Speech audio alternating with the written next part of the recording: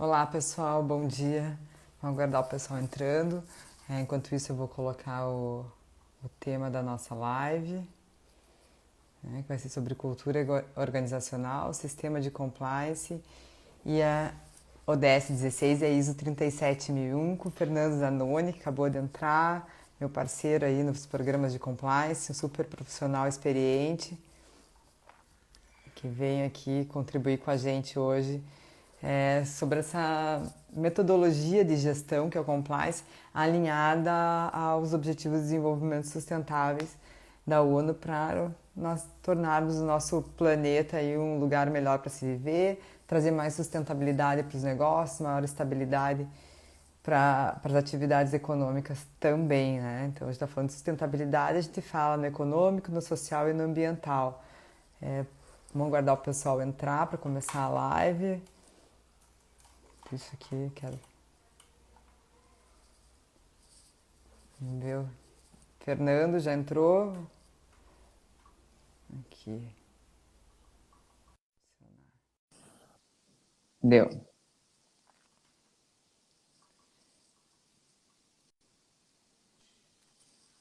Aí. Olá, Olá, olá Fernando. Isa, tudo bom? Tudo bom? Bom dia. Bom dia. Vamos lá falar hoje, né, sobre cultura organizacional, que é um tema para a gente de grande valor, né, e atuação no mercado. Com Hoje, certeza. obrigado por aceitar o convite. Aí é sempre muito legal conversar com você. A gente faz umas trocas muito ricas. E hoje, no final da live, vamos ter até uma surpresa aí o pessoal, né? Ah, com certeza. Acho que essas nossas conversas fizeram com que nós encontrássemos aí uma consonância nos temas que tanto nos agradam e que a gente tem se dedicado tanto, né? Você, pelo lado das ODS, também já atuando nessa área de compliance, mas muito focada com essa questão das ODS. E nós, na Código de Conduta, né, fazendo as implantações de programas de integridade e diante dessas nossas discussões, encontrar essa consonância aí, acho que foi bem interessante, né, saber que dá para atuar nas duas frentes aí em conjunto. Né? E o legal é que a gente vem simplificar tudo isso, né? Eu acho que a metodologia do pacto ela vem dar uma sintetizada e deixar as coisas mais simples, mais acessíveis para todos, né? A gente não precisa de todo o complexo de gestão, mas sim no dia a dia pequenas práticas que a gente consegue refinar a qualidade da gestão da empresa e assim trazer mais segurança e mais sustentabilidade para todo o negócio. Então, Exatamente, e como a gente acabou descobrindo, às vezes, frameworks que parecem que não conseguem conversar entre si, na verdade estão em perfeita sintonia, né? Então é uhum. possível você falar em ODS, combate à corrupção, implementando uma norma ISO, por exemplo. Né? Então vamos começar, né? Pessoal, quem for tendo dúvida, não entendeu alguma coisa ou quiser fazer uma pontuação, faça os comentários, né?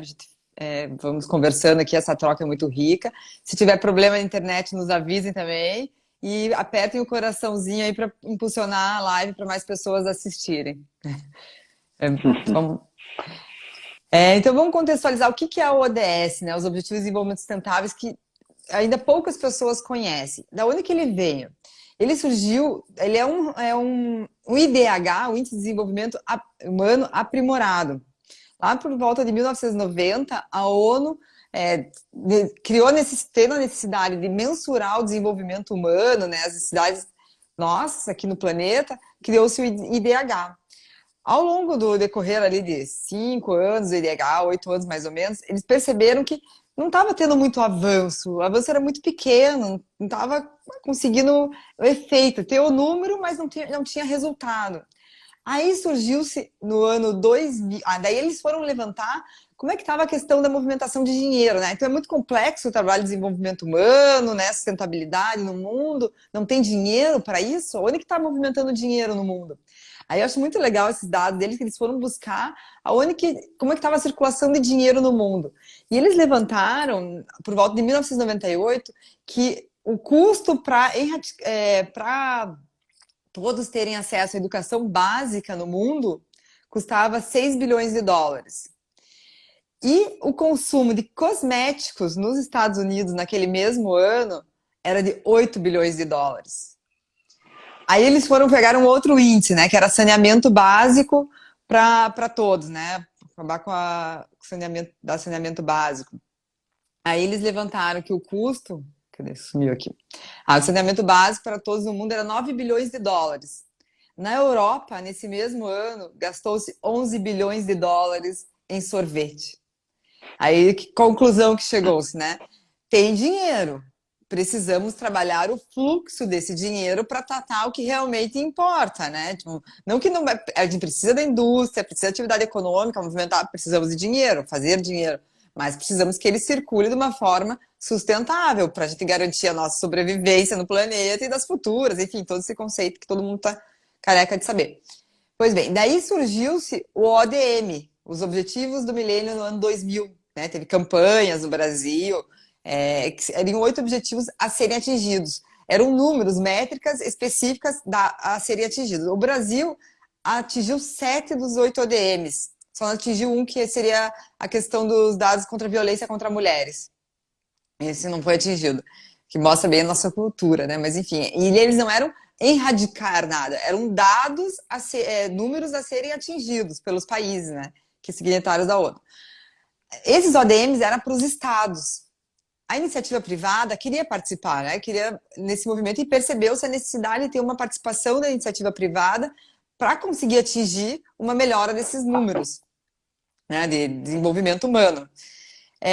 Aí, com uma provocação da iniciativa privada e vendo que os ODMs só com os estados não estava conseguindo também avançar, surgiu-se em 2015 os Objetivos de Desenvolvimento Sustentáveis, que são esses 17 ODS. Tá?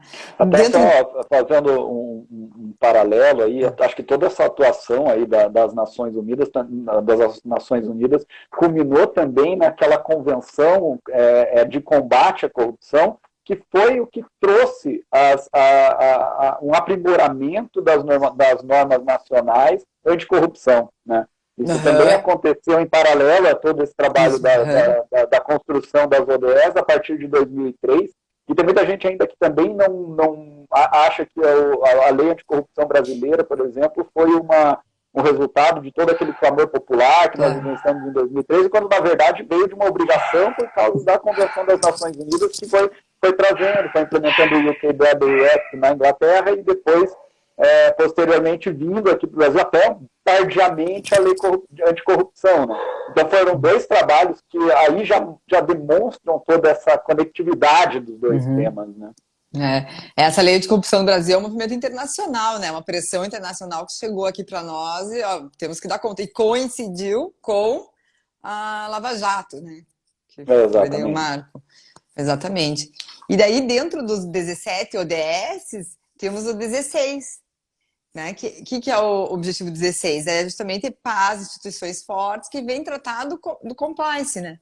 Que é ele que vem trazer a questão das instituições eficazes, que tragam segurança jurídica, tenham uma atuação sustentável, e vem trabalhar com esse combate. Por que trabalhar o combate da corrupção? Porque a corrupção, ela prejudica todos os outros ODS. Então, ela é estratégica. Dentro do Pacto Global, a gente tem 10 princípios. E entre eles também o último é o combate da corrupção. Porque também é tão forte isso, combater a corrupção. Porque se eu tenho corrupção, desvio, fraude, eu vou prejudicar o restante dos desenvolvimentos. E geralmente eu vou prejudicar o desenvolvimento da saúde, da educação, de investimento em inovação, enfim, ela prejudica tudo. Então, eu tratar do combate à corrupção, do desvio e da fraude é estratégico, sim, para eu tratar de todo o complexo dos 17 Objetivos de Desenvolvimento Sustentáveis. Por isso que ele também está lá no finalzinho, né? É o 16. Que mais? Acho que... Então, e em paralelo a toda essa construção das ODS, a gente veio vivenciando também uma evolução do compliance em si, né? Então, se o compliance no início da sua concepção, lá na década de 70, com o Foreign Corrupt Practices Act, o famoso FCPA lá nos Estados Unidos, ele era algo que nasceu muito mais voltado para regular um mercado financeiro e algo do gênero. Hoje eu costumo dizer que o compliance está mais próximo de nós, ele não trata tão somente daqueles mercados altamente regulados, como é o caso do mercado financeiro, mas ele também hoje trata a gestão de riscos dos mais variados tipos, né? Então, seja ele um risco tecnológico, aí a gente vai entrar até em uma questão de um debate de LGPD, sejam em riscos reputacionais ou riscos operacionais mesmo, né, de empresas que eventualmente trabalham com tecnologia e estão amplamente sendo visualizados por seus concorrentes, e aí nascem outros riscos de ordem concorrencial mesmo, né? Então a gente veio acompanhando em paralelo a tudo isso daí, o que eu costumo dizer que é uma aproximação do compliance ao nosso dia a dia, né? Veio com as convenções internacionais, tanto da ONU quanto de outros organismos internacionais aqui da América Latina e tudo mais também. Chegou no Brasil também com um aspecto muito mais voltado para essa questão financeira, do ponto de vista das regulações do Banco Central, para depois, posteriormente, como a gente comentou antes, entrar num debate de lei anticorrupção, mas também muito voltado para a compliance anticorrupção. E aí, Sim, sim. nos últimos 7 anos, a gente vê essa mudança da concepção de compliance para uma concepção de gestão de riscos numa amplitude muito maior, não só na anticorrupção. E aí que entra, na minha opinião, a importância de você trabalhar com um framework que não esteja só limitado ao que dispõe a nossa lei anticorrupção, ao nosso decreto anticorrupção, porque ele vai tratar especificamente daquelas questões, daquela corrupção clássica, né, entre o agente público e o agente privado, envolvendo essas duas facetas, né? E quando, na verdade, a corrupção ela é muito maior. A corrupção entre pessoas, entre o privado, a corrupção que ocorre no privado, entre os particulares, é muito maior. E ainda a gente verifica, principalmente nos trabalhos de consultoria ou de implementação mesmo de canais de denúncia, que ainda não há uma maturidade para entendimento dessa questão. Então, muitas vezes, o empresário médio, ele ainda não sabe quais são os riscos que ele está correndo do ponto de vista de suborno ou de corrupção, porque ele ainda tem essa visão limitada de corrupção só existe com um agente público envolvido. E, na verdade, às vezes, vamos dizer, o cara do compras dele é o pior inimigo dele, porque está fazendo a empresa perder dinheiro por causa de alguns desvios de conduta, né? Então, a gente vem em paralelo evoluindo o compliance do ponto de vista de hoje ter uma ferramenta de gestão de riscos tecnológicos, riscos financeiros também, claro, por vir da sua origem, né? Riscos legais. Eu costumo dizer, principalmente para os advogados, que hoje um advogado ele não é mais advogado, ele é gestor de riscos legais. Né? Ele tem que entender, e principalmente o advogado corporativo tem que conseguir passar para a empresa quais são os riscos que estão envolvidos para cada operação, quais são os riscos que estão envolvidos para as novas normativas que vão surgindo à medida que a gente vai mudando a nossa conjuntura, e nada mais atual do que falar disso, do que esse momento que a gente está vivendo, com medidas provisórias saindo praticamente de hora em hora. Né? Aí nesse ponto, posso fazer uma colocação? Claro. Em relação ao risco legal que a gente está vivendo, né, dessa instabilidade legislativa que nós estamos, eu vejo os Objetivos de Desenvolvimento Sustentáveis, quando eu trabalho dentro da organização, eu protejo a minha reputação. Eu cuido dela, da minha imagem, em primeiro lugar, porque eu vou estar trabalhando e conhecendo, não vou estar ferindo nenhuma dano, gerando um dano, né? Eu vou atuar preventivamente, um contexto um resultado social, eu vou atrelar as minhas ações. Então, eu estou trabalhando a minha reputação. E também eu trabalho a questão da instabilidade legislativa, porque eu saio um pouco as normas que estão surgindo agora, focando de acordo com o cenário, e vou olhar lá na frente o que o mundo está fazendo para tratar esse problema hoje que o Brasil está legislando. Então, eu consigo conhecer os ODS, advogado, ele é muito rico para nós, trabalhar eles e tentar linkar eles com as leis. Eu vou cumprir a lei nacional, óbvio que eu vou, mas eu consigo trazer uma segurança jurídica maior quando eu coloco a lei junto com o ODS. E isso não é uma coisa que nós, advogados, estamos falando aqui. A OAB Paraná, por exemplo, é pioneira, né? Adesão ao pacto das OABs, tem um movimento grande com o judiciário, mas é um movimento do judiciário também. Tá? O CNJ tem trabalhado com os juízes a Agenda 2030, os Objetivos de Desenvolvimento Sustentáveis. Então, também vai vir esse nas decisões daqui a pouco que está chegando. Já temos algumas sinal oxigenada, mas tem juízes. Eu tenho falado com colegas juízes que realmente estão recebendo essas diretrizes para tomar a decisão. Tem juízes que são avesso a isso, que acham que é uma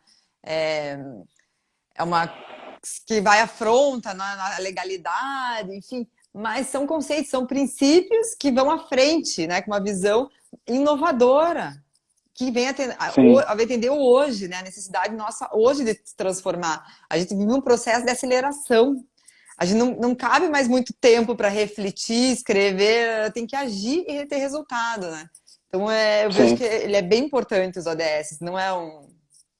Não, com certeza. E o que a gente acabou encontrando nessas nossas conversas de relação entre o ODS e compliance é exatamente os subitens do ODS 16. Ele é muito claro quando ele fala em combate a todas as formas de crime organizado, e aí a gente entra numa questão de lavagem de dinheiro, de prevenção à lavagem de dinheiro e financiamento ao terrorismo. O IPL-DFT tem tudo a ver com compliance, né? É uma norma que você vai ter que implementar principalmente em empresas que atuam no segmento financeiro, né? E ali que foi mencionado aqui no nosso chat é sobre a norma trazer ferramentas para efetividade de gestão. Sim, a 37001 ela é toda estruturada no que a ISO chama de estrutura de alto nível. Então, a ISO, desde 2015, a partir de um anexo da ISO 9001, implementou um sistema estruturado que todas as normas seguem, que é o que eles chamam de estrutura de alto nível. Então, todas as normas elas seguem um padrão, com todos os capítulos sendo os mesmos, tratando, claro, com as especificidades de cada uma das normas. E isso facilita. Quando você olha para a necessidade de um cumprimento de ODS, que fala em reduzir substancialmente a corrupção e o suborno, e desenvolver instituições eficazes, tem tudo a ver com a implementação de uma framework com base numa ISO 37001, que vai trabalhar numa estrutura de PDCA, de Plan, Do, Check and Act, de conhecimento,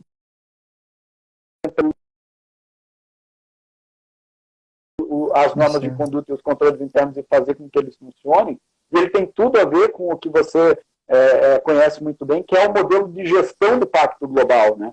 Acho que aqueles 5 passos, que você pode explicar melhor aí para quem está nos ouvindo, tem tudo a ver com o PDCA, até mesmo na própria estrutura, no próprio desenho ali, no design que eles colocaram, ele segue um fluxo, não necessariamente na mesma ordem do PDCA, pelo que eu vi ali, mas tem tudo a ver com isso daí. Então, sim, só respondendo ali aquela pergunta, as normas ISO, elas vêm para melhorar a gestão. E por que hoje em dia é benéfico você seguir um framework ISO? Porque exatamente você trabalha um sistema de gestão no qual você interliga esses sistemas de gestão. Então, você vai interligar o teu sistema de gestão anti-suborno e de gestão de compliance com o sistema de gestão de segurança da informação ou de gestão de risco, porque eles vão seguir essa mesma estrutura, que é essa estrutura de alto nível. Por isso que fica mais fácil você não ver o compliance como uma caixinha dentro da organização, quando você trabalha a partir de um framework desse. E isso fica muito mais fácil para ser visualizado naquelas empresas que já têm uma maturidade, que já tem uma ISO 9001 há mais tempo, ou uma ISO 14001, que já conhece essa estrutura.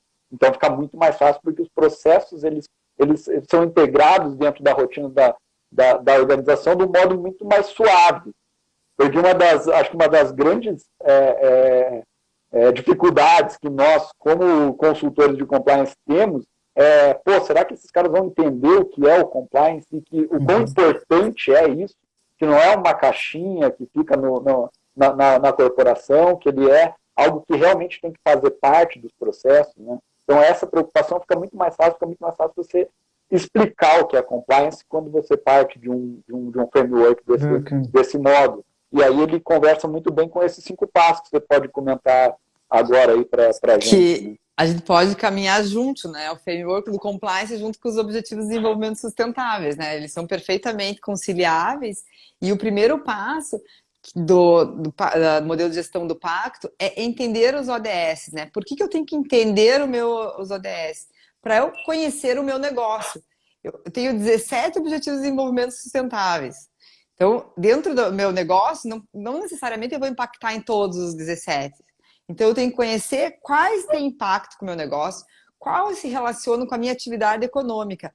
É muito interessante eu buscar o ODS que tem a ver com aquilo que eu entrego para a sociedade. E aqui eu fazer a convergência de estudo dentro da minha estrutura.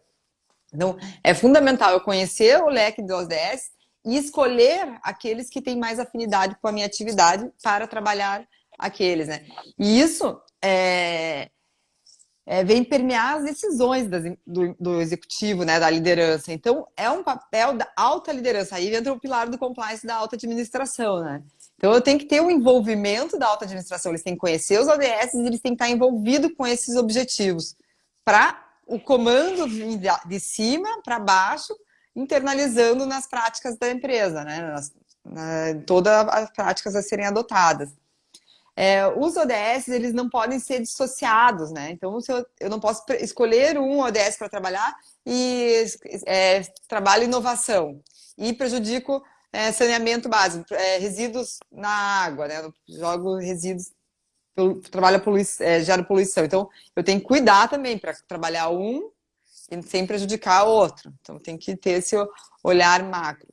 E empresas aqui que têm conselho, né, de administração, a gente recomenda que tenha um conselheiro de impacto, que é o conselheiro que vai analisar o progresso dos Objetivos de Desenvolvimento Sustentáveis, vai avaliar a viabilidade de adesão, de trabalhar aquele ODS dentro daquela realidade da empresa. Tem momentos que não dá, que não cabe. Então, tem que ter toda essa sutileza, conhecer, se envolver para tomar a decisão de escolher quais vão trabalhar, como vai trabalhar, se é viável, se não é viável. Não é utópico, a empresa precisa de lucro. Então, tem o trabalho dos Objetivos de Desenvolvimento Sustentáveis, como das políticas de compliance, tem que ser para trazer mais resultado para a empresa, mais resultado sustentável, que não venha causar, venha ajudar, colaborar, que hoje a gente está mais falando em não causar dano à sociedade, nós temos que contribuir com a sociedade. Então, vem contribuir com a sociedade, me garante um lucro e eu não prejudico o meio ambiente, né? Então, é social, ambiental e o econômico juntos. Esse é o objetivo da empresa hoje, né? Como ela tem que se posicionar. E a alta liderança tem que investir esse papel de passar dentro da empresa. O segundo passo é definir prioridades. Aí o que a gente entra, né? Posso voltar ali no primeiro? Vamos fazendo assim, acho que ponto a ponto, acho que fica interessante até para o pessoal entender. Então, como você comentou, essa questão do entendimento da ODS, né? Para entender o entendimento do ODS, eu acho que tem tudo a ver com o compliance e com a própria norma ISO, quando ele fala ali no capítulo 4 da norma, sobre o contexto da organização, entender em qual contexto você está inserido.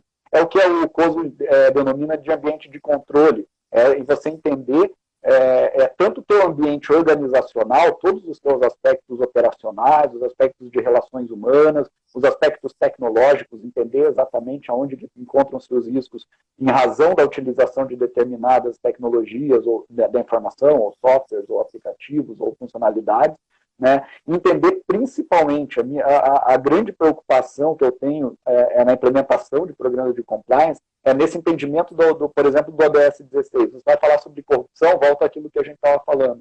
Mas corrupção não é só o agente público com o agente privado. Né? Então, uma das primeiras coisas que a gente apresenta para um cliente, e uma das perguntas que a gente faz, você já ouviu falar da árvore da fraude? Normalmente as pessoas nunca ouviram falar. Então, aí, quando você demonstra todos os tipos de desvios de conduta que podem existir em qualquer tipo de organização, e aí, independente do segmento que ela atua, a árvore da fraude eu acho muito interessante por causa disso, ela trabalha, eu estou com ela aberta aqui, com corrupção, com as declarações fraudulentas que podem acontecer em qualquer um dos casos, e com as apropriações indevidas de ativos, e apropriações indevidas de ativos é um dos principais riscos aos quais as empresas estão submetidas. Então, a partir do momento que você entende isso, que a corrupção ela não é só aquilo, ela não advém só da relação entre público e privado, mas ela também pode nascer da relação entre particulares, aí você começa a entender melhor o ODS 16, entender realmente globalmente. Como você comentou, não é só verificar ele como um quadradinho ali, vou cumprir com uma lei anticorrupção, né? Então, você entendendo a árvore da fraude, principalmente você entendendo quais são as partes interessadas do teu programa de compliance, quem são os teus concorrentes, como que é a relação dos teus funcionários com esses concorrentes, né, com os agentes públicos, claro, com terceiros, fornecedores, conhecer o seu cliente, né? Eu acho que é muito importante também você ter esse tipo de trabalho. Então, esse contexto da organização tem tudo a ver com o entendimento. Por isso que esse é um dos principais pontos, e esse ponto 1 é algo onde você mais tem que trabalhar dentro das organizações, na minha opinião. Criar tanto a questão da governança, criar responsabilidades dentro da organização, mas antes de tudo, dar um passo para trás e falar aonde que eu estou inserido, em que ambiente institucional que eu estou inserido. É um ambiente no qual a corrupção é endêmica, ela veio de muito tempo, né? Vamos dizer, o segmento da construção civil, por exemplo, que foi maculado com todas aquelas questões que a gente já verificou. Então, é entender aonde que eu estou e a que riscos que eu estou submetido, para daí sim entender por que aquele ODS foi criado. Como você comentou, às vezes a gente está direcionando o dinheiro para vários lugares, você nem vê da onde está saindo o dinheiro da tua organização. E você está perdendo muito dinheiro e não sabe por que isso está acontecendo. Né? Então, fazer essa análise mesmo de aonde que eu estou inserido, para depois sim começar a partir dessa análise organizacional, começar a trabalhar assim, em estruturas de governança, que daí a gente entra nesse segundo ponto, que é a definição das prioridades que você vai comentar agora. Né? Legal. Você viu, Fernanda, tem a Edicleia aqui da Comissão de Compliance Ponta Grossa. Seja bem-vinda, Edicleia, legal. É muito legal o envolvimento de vocês da área de compliance, né, para conhecer também os ODS e contribuir na disseminação deles, porque eu falo muito que eu gosto de falar que os ODS, né, não são para as organizações ou para o Estado, é para todos, né? Serve a todos nós cidadãos. Então é muito importante o engajamento e quanto mais pessoas tiverem conhecimento e consigam internalizar no seu dia a dia, a gente vai conseguir avançar com os objetivos. Voltando para o segundo passo, né, da metodologia do pacto, definições de prioridades. E como que eu vou definir minhas prioridades? Conhecendo o meu negócio. Como que é o primeiro passo para conhecer meu negócio? Mapeamento de riscos, né? Eu acho que o mapeamento de risco pode ser da área ou da empresa como um todo, né? Depende do momento, mas tem que ser feito mapeamento de risco, é importante. E com base nesse mapeamento de riscos, eu vou encontrar oportunidades, eu vou escolher quais ODS eu vou trabalhar, então conhecer o meu risco e dar a devida atenção e graduação a cada risco, né? Daí a gente entra lá no quadro, né? No gráfico lá de risco, para mensurar qual que é a gravidade do risco, o impacto do risco, para eu agir sobre ele. Então, eu tenho que conhecer o meu risco e agir sobre ele, ver oportunidades que eu tenho dentro do meu negócio, avaliar sobre o olhar dos ODS, se essas oportunidades são viáveis, não são viáveis, gerou uma oportunidade de fazer um negócio com uma empresa, uma parceria, mas essa empresa já foi investigada com utilização de trabalho escravo, e aí trabalho análogo a escravo, vale a pena eu fazer essa parceria ou não, né? Trazer essa reflexão, isso vai macular minha imagem, vai prejudicar os meus objetivos. Então, as oportunidades que surgem devem ser analisadas com base no risco também. A gente fala muito do risco, né? Mas empreender é risco. Sim, empreender é risco. Você vai assumir risco, mas tem que conhecer e avaliar se aquele risco é positivo, vale a pena ou não, né? Pra colocar na balança. E aí, o impacto dos ODS, né? Eu tenho que... as minhas decisões também devem impactar. Eu vou tomar uma decisão, mas ela vai ter um impacto que não vai pouco representativo ou bem representativo, mas pode me gerar um risco ou vai exigir um aporte financeiro que nesse momento não tem. Enfim, você vai ter que avaliar, estudar antes, para depois escolher quais as ações a serem tomadas, né? Então, tipo, é um diagnóstico completo da empresa. Isso que eu gosto bastante, sabe? Eu saio muito... vou olhar só o risco? Não, vou ver o risco, oportunidade e impacto.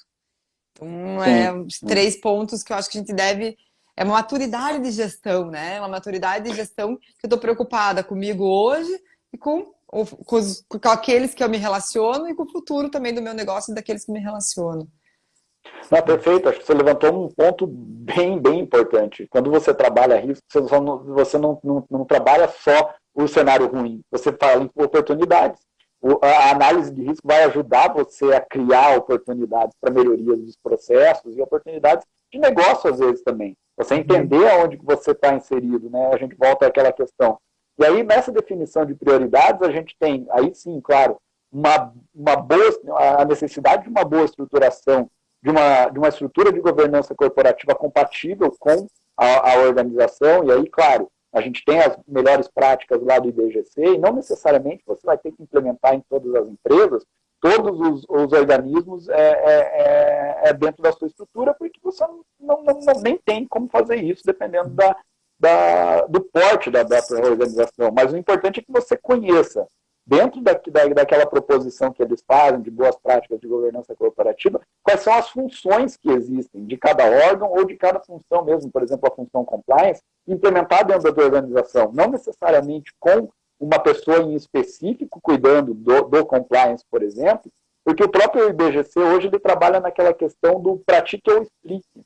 Né? Ou você pratica exatamente aquilo que é o melhor cenário que existe, ou você adapta aquilo à tua estrutura e vai explicar aonde que está a função compliance, quais são as responsabilidades dela, quem é o órgão colegiado que vai definir, que vai analisar e decidir no caso de eventuais desvios de conduta. Então, é você organizar a tua estrutura de governança da melhor forma possível, ter, sim, uma função compliance, ainda que não necessariamente ela seja especificamente e tenha essa função só um profissional, né?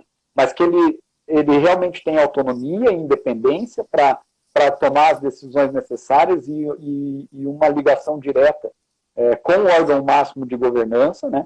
Criar bem claro que você colocou ali a necessidade de que todos da organização entendam a que eles são responsáveis. Então, gestão de riscos diz respeito a você criar 3 linhas de defesa e fazer com que o cara lá da ponta entenda que ele pode criar, sim, riscos de ordem até de corrupção ou riscos de ordem reputacionais para a organização. Ele tem que entender isso, mas ele só vai entender isso também quando ele verificar que no superior hierárquico dele ele também conhece todas as funções dele, conhece os riscos da sua atividade, e principalmente que o pessoal do topo segue o que está mencionado nas normas de conduta, que é o famoso walk the talk.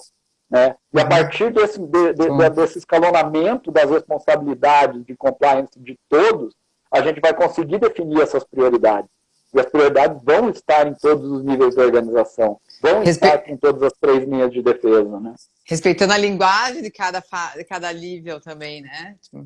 E a gente fala muito, e a gente às vezes esquece, fica muito preocupado com o tom lá de cima, né, da alta administração, mas muito dos riscos e dos conflitos que são gerados, os desvios, estão na ponta, lá na base da organização. Então, olhar para quem está na operação no dia a dia, trazer consciência para ele das ações deles, da repercussão dele dentro da atividade dele é muito importante na prevenção de riscos, né? Na gestão dos riscos. Exatamente. Até fazendo dando um exemplo agora, eu fui fazer uma auditoria de ISO 37001 há pouco tempo numa empresa que trabalhava com terceirização de mão de obra. E eles estavam trabalhando, eles não conseguiram, na minha opinião, demonstrar para o cara lá da base a que tipo de suborno ele estaria submetido. Uma das perguntas que eu fiz lá para o Compliance Officer da organização foi: tudo bem, você fez um treinamento para o cara lá da base falando que ele não poderia receber presente. Mas você explicou para ele que, por exemplo, ele está atuando dentro de um terceiro. Você já imaginou que um concorrente desse terceiro pode subornar o teu colaborador para roubar, por exemplo, segredos industriais do concorrente dele? E isso não estava bem claro. E aí a gente volta de novo naquele ponto 1. Pô, mas peraí, a que riscos eu estou eu estou submetido. Por isso que esses dois pontos de definição de prioridades e de entendimento do cenário mesmo são os pontos que são fundamentais e que às vezes não são dada a devida atenção. Às vezes o empresário médio ou executivo acha que vai implementar um código de conduta, redigir um código de conduta na organização e que pronto, aquilo ali é o suficiente para mim.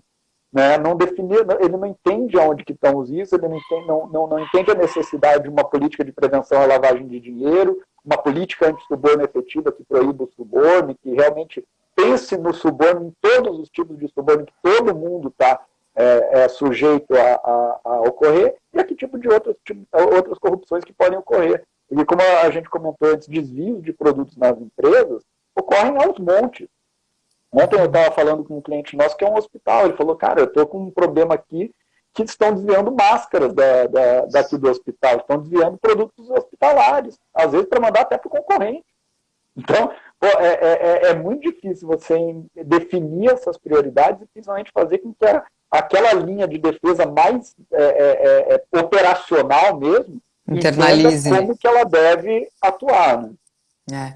A gente entra na questão da cultura, né? A importância de eu ter uma cultura forte para que essas políticas adotadas sejam internalizadas no comportamento. E quando eu tenho uma cultura, eu crio o melhor sistema de controle, porque as pessoas se autocontrolam, né? Então, eu sei que que meu colega está sabendo se eu cometer um desvio, que aquilo é indevido, porque ele participou de um treinamento que eu também participei, ele também tem a mesma consciência que eu, a mesma informação que eu. Então, eu vejo o compliance, e as práticas, né, de disseminação e o treinamento é a melhor metodologia de controle, né? A gente quer muito controlar as pessoas no ambiente de trabalho, e eu vejo que essa é a mais eficiente de todas. Você dá autonomia, dá responsabilidade, informa a todos e eles têm que se autofiscalizar, né? Acabam se autofiscalizando. Passa o olhar coletivo. Porque você já acompanhou alguns treinamentos, algumas palestras minhas, eu trabalho lá com aquelas 3 linhas de defesa dentro do triângulo e exatamente vindo do topo até lá embaixo, né? Porque eu coloco que o cara lá da ponta, ele tem que ter o que os americanos chamam de accountability, entender a responsabilidade dele, né? E outra coisa que eu acho bem importante nesse aspecto da hierarquia dentro da organização é que aquele cara lá da ponta, ele tem como exemplo não o diretor, porque ele raramente vai falar com o diretor ou tem acesso direto ao diretor, mas muitas vezes ele tem como espelho o cara do meio, que é o que eu trato de conduta do meio. Não adianta você ter um bom tom do topo se a conduta do meio, o gestor direto do cara, é um mau exemplo para ele. E aí tem tudo a ver com cultura. Você construir uma cultura organizacional baseada na ética diz respeito a você fazer com que todos entendam as suas funções. Né? Ei, Fernando, vamos responder aqui o Anderson. Ele perguntou como a questão dos riscos pode ajudar a empresa na gestão de compliance e na continuidade do negócio. Então, Anderson, eu acho que o cenário atual que a gente tá vivenciando vai fazer com que algumas empresas realmente comecem a enxergar riscos de outra forma. E para você enxergar, eu costumo dizer que para você fazer uma boa análise de riscos, o consultor que trabalha com análise de riscos tem que ser um cara que sabe fazer as perguntas certas. E sempre ficar fazendo. Por quê? Porque tem aquela técnica dos 5 porquês até você chegar na raiz do risco. Por que aquilo ali efetivamente aconteceu? E a gente vivenciou uma época que, cara, eu comento com alguns colegas, se um compliance officer chegasse numa reunião de diretoria e falasse assim, vamos discutir um cenário no qual vai ocorrer uma pandemia mundial que vai parar com todos os negócios do mundo praticamente, e vai afetar não só o nosso negócio, mas vai afetar todos os negócios dos nossos fornecedores, os negócios dos nossos clientes. Sinceramente, eu que já tive presente em reuniões de alta direção, os caras iam dar risada da cara do compliance officer e não iam dar bola para isso. Então, hoje eu acredito, e acredito mesmo nisso, é que a gestão de riscos vai ser olhada de uma maneira diferente. As pessoas vão entender que elas têm que chegar na raiz do risco e têm, principalmente, trabalhar com os piores cenários e estar preparado para isso. Então, quando aconteceu tudo isso, que todo mundo saiu para as redes sociais e começou a publicar trabalhos falando assim, precisamos ter uma comissão, um comitê de crise. Cara, você não está fazendo um comitê de crise, você está fazendo um comitê De apagar para, assim, incêndio. de última hora, para apagar incêndio. Está fazendo um comitê para apagar incêndio. Um comitê de crise, ele tem que funcionar também não só quando acontecer a crise, ele tem que estar preparado e tem que fazer todas as simulações desses cenários. Então, a gestão de risco vai mudar em relação à continuidade dos negócios, exatamente porque ela vai trabalhar, eu acredito, nesses piores cenários e fazendo as simulações do que pode acontecer em cada um desses aspectos. Então, vamos dizer assim, você vai começar, você não teve nunca um caso de corrupção na sua empresa. Você nunca teve, você fez auditorias, chegou à conclusão que está limpo. Mas você tem que trabalhar com o pior cenário. O que pode acontecer? Pode acontecer de um funcionário meu desviar produto? Sim, pode. Que tipo de controle eu tenho para evitar que isso aconteça? Que tipo de treinamento eu vou ter que fazer para evitar para que o colaborador entenda aquela mensagem?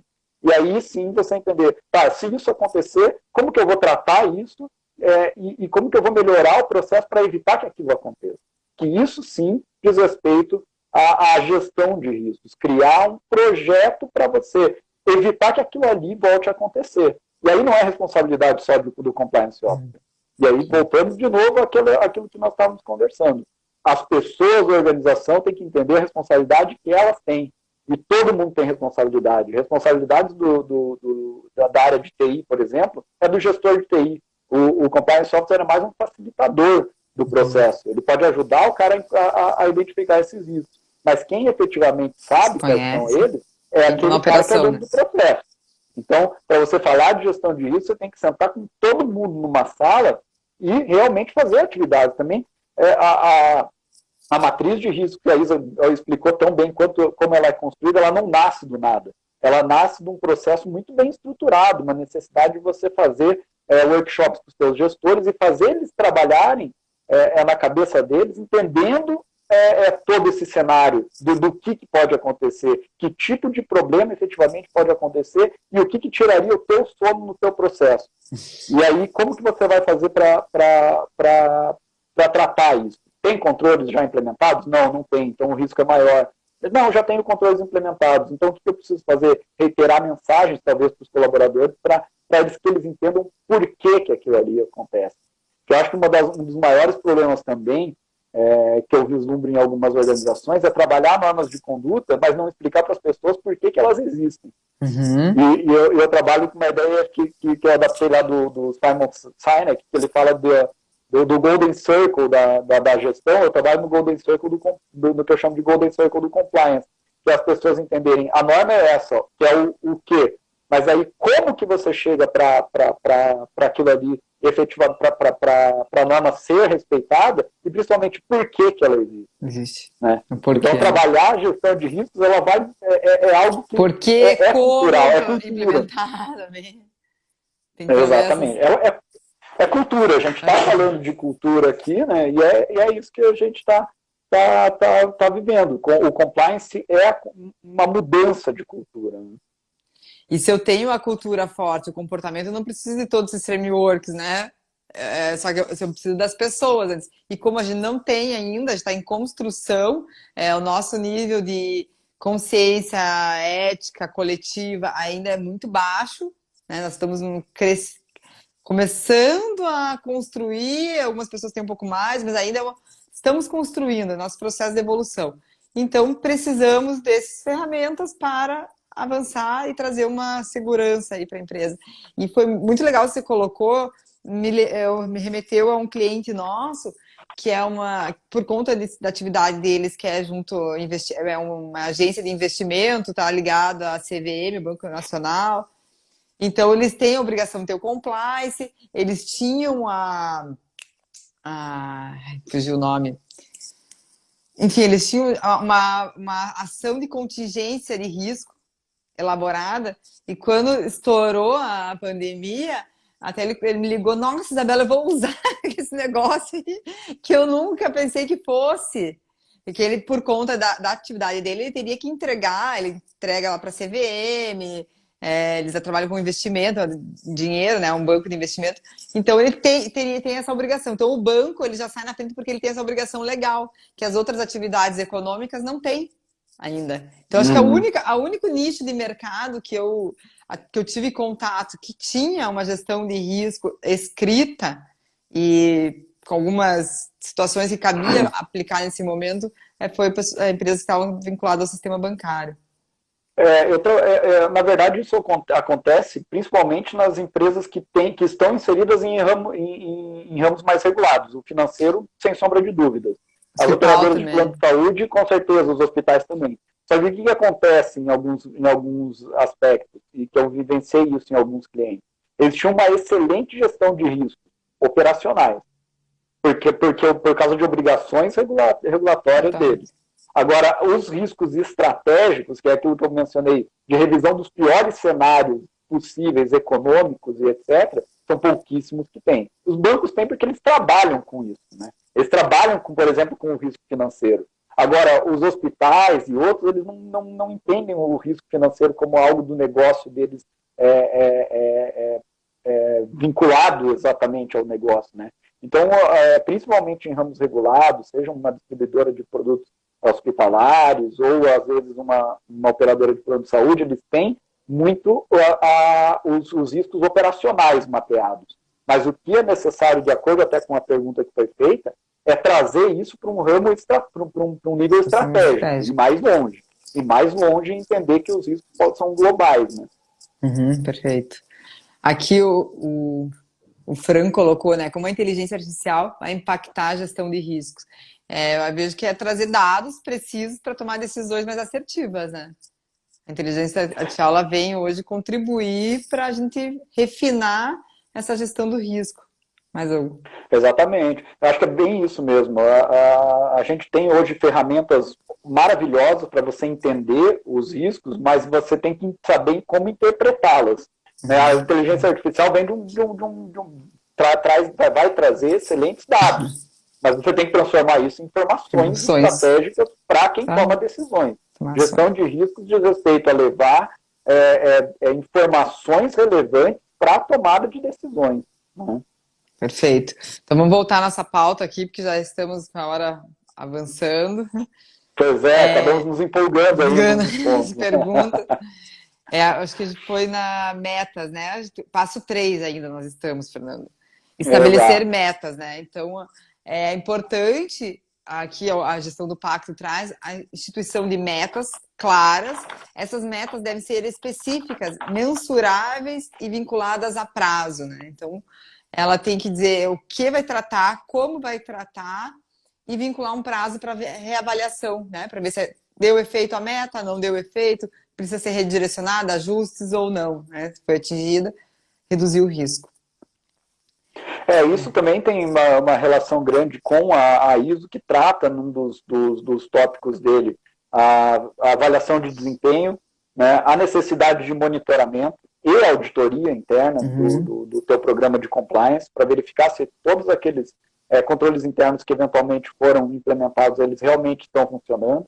Mas o monitoramento pela função compliance do dia a dia mesmo da operação, verificar se controles estão funcionando, se formulários estão sendo preenchidos, se as pessoas foram treinadas, se elas entenderam as mensagens do que tentou se passar através das normas de conduta, é fundamental. Então, o desenvolvimento de indicadores de gestão, do ponto de vista, onde é que eu tenho mais denúncias, quais são os tipos de denúncias que eu tenho, e também indicadores de desempenho do teu programa de compliance, vinculados daí, claro, com recursos que você tem, o quanto você gastou, o quanto você melhorou até a sua equipe, a capacitação da sua equipe, mas isso diz respeito a você incluir dentro do teu processo de gestão reuniões de análise crítica do teu programa. Você vai estabelecer as metas e vai verificar se aquilo ali está funcionando. E aí as reuniões de análise crítica são feitas tanto pela equipe de compliance, ou pelos responsáveis pela função, ou pelo órgão colegiado ali, que eventualmente você tenha montado dentro da tua organização, né, um comitê de ética, um comitê de auditoria, riscos e compliance, por exemplo, até você chegar em reuniões de análise crítica com os tomadores de decisão, que aí sim você vai verificar a necessidade de contratar novas tecnologias, terceiros, eventualmente, para melhoria dos teus processos, mas a análise crítica de que metas foram propostas, mas elas foram atingidas, é um dos pontos fundamentais, o acompanhamento, o monitoramento do teu programa de compliance e verificar se realmente aquela ODS está sendo obedecida no dia a dia da organização, não como algo, criei uma norma anticorrupção dentro da minha empresa e pronto, isso é suficiente. Não, mas as pessoas conhecem, elas entenderam a mensagem que você passou, os teus terceiros, que às vezes vão colocar a tua reputação em risco, conhecem as tuas normas, né? Então, muitas vezes a gente vê que, por exemplo, as empresas não estão preocupadas com questões de corrupção e não tem nem cláusulas de corrupção com os advogados delas, ou com os auditores delas, ou com os contadores delas, que às vezes são pessoas que estão atuando em nome da tua organização e colocando em risco a tua reputação, né? Uhum. E aqui eu vou falar do aplicativo de vocês, falando de inteligência artificial para fazer a gestão no programa de compliance, né? Hoje nós temos a inteligência artificial nos ajudando muito nesse processo. E o Fernando, ele é sócio do códigodeconduta.com, que é a ferramenta que eu sou apaixonada, eu acho incrível a ferramenta deles, como vem contribuir para tudo isso que ele acabou de falar, você conseguir fazer uma gestão e você interpretar esses dados, né? Que isso é muito importante. Obrigado aí pelo feedback, aí, pelos elogios, né? Eu acho que a nossa ferramenta entra exatamente nessa questão da integração, né? Que é verificar o compliance como um todo. E aí eu aproveito para falar sobre esse ponto 4, que a gente vamos dar uma acelerada pela ODS, né? Que é exatamente você fazer com que funcionem as normas, né? Eu até eu até criei um Instagram lá que é Compliance Música, e uma das primeiras coisas que eu coloquei lá foi uma música do Metallica que ele coloca assim: so let it be written and let it be done. Faça que seja escrito, mas faça com que seja feita as coisas. Né? Então é integrar aquelas normas ao teu processo. Entra de novo, a gente retorna aquilo que nós, na nossa metodologia, chamamos do Golden Circle. Né? Então é operar o teu sistema de gestão, criar os controles internos, financeiros e não financeiros, criar sistemas de due diligence, integrar esse sistema dentro da tua organização. E aí, due diligence, hoje em dia, eu já falo em vários tipos. Você tem o Know Your Client, Know Your Supplier, Know Your Partner, né? Conhecer o seu parceiro de negócios. Mas, principalmente, eu falo, você já pensou em fazer uma due diligence interna, uma auditoria, um monitoramento, que é o Know Your Process. Conhece o seu próprio processo. Às vezes, as empresas não conhecem. Eu conheço várias empresas que implementam programas de integridade, mas elas nem conhecem o próprio processo. Elas nunca fizeram um fluxograma de mapeamento dos seus processos mais simples. O seu risco no seu processo, exatamente.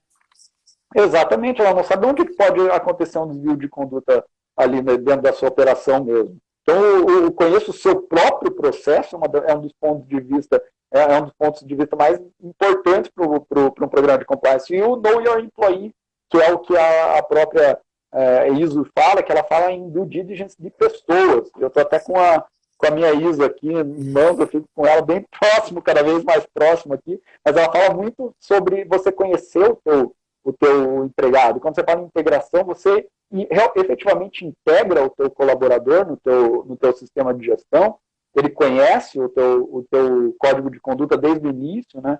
É algo básico, mas são muitas empresas que não trabalham a integração do colaborador mesmo ao sistema de gestão, do ponto de vista de prepará-lo e fazer com que ele conheça as normas de conduta desde o momento que ele entra na empresa. Ou até mais longe, como eu costumo trabalhar agora, que ele conheça já as normas da empresa antes de ele entrar na empresa. E que você utilize aspectos da tua norma até para dentro do teu processo seletivo dos teus colaboradores. Fazer perguntas relacionadas àquilo ali para saber se o cara se encaixa ao que você efetivamente quer. Porque senão você vai trazer para a tua cultura organizacional pessoas que não têm nada a ver, que têm valores totalmente diferentes na empresa. Acho que isso tem tudo a ver com a questão da integração. Recrutamento e seleção já, né? Compliance na recrutamento e seleção, né? Estratégia. E o último passo do programa de gestão do Pacto seria o relato e a comunicação, né? As empresas que fazem parte do Pacto Global, ela é uma adesão voluntária, né? Ela não tem nenhuma obrigatoriedade, mas ela tem que trabalhar esses ODS e tem que entregar uma vez por ano um relatório, fazer um protocolo junto à ONU, que vai ser publicado para todas as pessoas que quiserem fazer acesso, pesquisar, né? Se você quiser fazer acesso a qualquer empresa, você consegue no site da ONU, vai estar disponível as que fazem parte do Pacto Global. Hoje no Brasil nós temos 800 empresas, tá? Esse relatório de sustentabilidade, você vai colocar o que você conseguiu progredir ao longo do ano com as ações que foram tomadas dentro do compliance que voltadas à sustentabilidade. Até então, esses relatórios eram muito usados para a questão de trabalhar a reputação, a imagem da empresa. Hoje, ele tem sendo fundamental para o processo de tomada de decisão. Tá? Então, vem amadurecendo esses documentos voltados à sustentabilidade e ele, convergindo com os programas de compliance, ele torna uma força maior, né? Ele vai internar o compliance junto com o ODS, com os ODS, eu venho trabalhar junto a questão de segurança do meu negócio com reputação, né? Porque eu vou trabalhar a sustentabilidade, eu vou trabalhar a minha imagem, eu vou trabalhar um ganho social. E isso vem tornar a minha empresa mais sólida, as pessoas mais envolvidas. Desde esse processo de seleção que você colocou em relação à afinidade de valores, reconhecer valor das pessoas que eu vou entregar ao meu time, quando eu passo para essas pessoas que estão na minha empresa valores e objetivos dos desenvolvimentos sustentáveis, que estão muito neles, tem muito valor neles humano, né? Se você for fazer a leitura dos ODS.